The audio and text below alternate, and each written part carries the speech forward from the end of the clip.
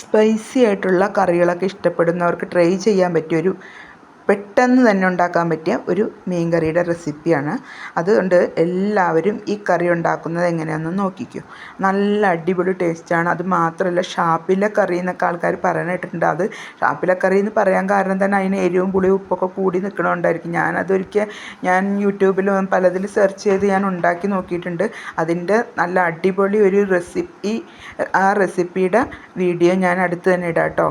ഇത് നോക്കിയോ, ഇത് ഒരു അടിപൊളി ഷാപ്പ് കറിയുടെ ടേസ്റ്റൊക്കെ വരും. നല്ല അടിപൊളി മണമായിരിക്കും ഇത് ഉണ്ടാക്കുമ്പോൾ തന്നെ. നമുക്ക് നല്ല മീൻകറിയുടെ അരപ്പ് തയ്യാറാക്കുമ്പോൾ തന്നെ നല്ല മണമായിരിക്കും, മീൻ ഇടുന്നതിന് മുമ്പ് തന്നെ കേട്ടോ. അത് നിങ്ങളൊന്ന് ഉണ്ടാക്കി നോക്കുക, അപ്പോഴാണ് അതിൻ്റെ ഗുണം മനസ്സിലാവുള്ളൂ. അതിന് വേണ്ടിയിട്ട് ഞാൻ 1 കിലോ ഉറത്തൽ മീൻ. അതിന് മുമ്പ് നിങ്ങളോട് ഈ മീനിൻ്റെ പേര് നിങ്ങളൊക്കെ എന്താ പറയണമെന്ന് എനിക്കറിയില്ല. അതായത് നങ്കുമീനെ പോലെ ഇരിക്കും, തൊലി പൊളിക്കണം, എന്നിട്ട് മുറിച്ച് പീസാക്കുന്ന കേട്ടോ. വട്ടത്തിലുള്ള മീനാണ്, നമുക്കൊന്നും നന്നാക്കാൻ പറ്റില്ല, നല്ല ബുദ്ധിമുട്ടാണ് നന്നാക്കാനായിട്ട്. അപ്പോൾ അതുകൊണ്ടാണ് നമുക്ക് കടയിൽ നിന്ന് തന്നെ നന്നാക്കി തരുന്നത് കേട്ടോ. അപ്പോൾ അത് മുറിച്ചൊക്കെ കൊണ്ടുവന്ന് കഴിഞ്ഞാൽ പിന്നെ നമുക്ക് കറി ഉണ്ടാക്കാൻ എന്തൊരു എളുപ്പമാണ്. ഇങ്ങനെയുള്ള കറിയൊക്കെ ആകുമ്പോൾ പെട്ടെന്ന് ഉണ്ടാക്കുകയും ചെയ്യും. അതിന് ഞാൻ മെയിനായിട്ട് വാളംപുളി ആട്ടോ ചേർത്തേക്കണം. അതായത് ചാണാപ്പുളി എന്നൊക്കെ ചില സ്ഥലത്ത് പറയും. അത് പിഴിഞ്ഞ് അരിച്ച് മാറ്റി വെച്ചേക്ക് വെക്കാം. അത് ശരിക്കും പിഴിഞ്ഞ് അരിച്ച് മാറ്റി വെക്കണം, അല്ലെങ്കിൽ അതിനകത്ത് മണ്ണും പൊടിയും കല്ലൊക്കെ ഉണ്ടാവും.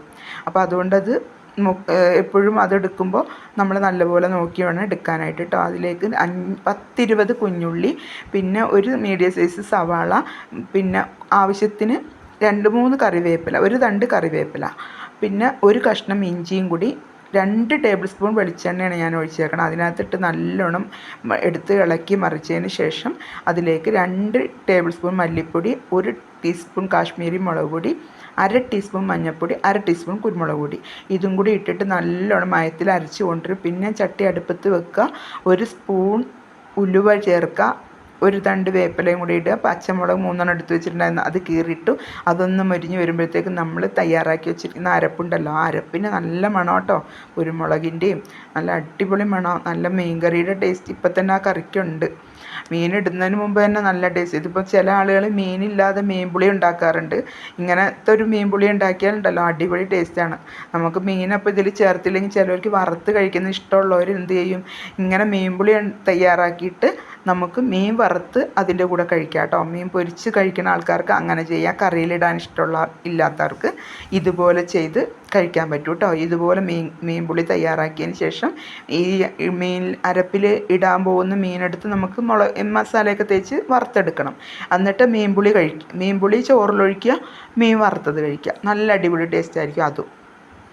അങ്ങനെയും തയ്യാറാക്കിയാൽ നല്ല ടേസ്റ്റ് ആയിരിക്കും കേട്ടോ.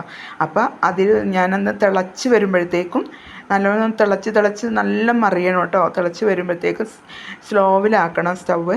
സ്ലോവ് ആക്കാതെ തന്നെ ഇട്ട് കഴിഞ്ഞാൽ നമ്മുടെ കയ്യിലേക്കൊക്കെ തിളച്ച് ചാടി കൈയൊക്കെ പൊള്ളും കേട്ടോ.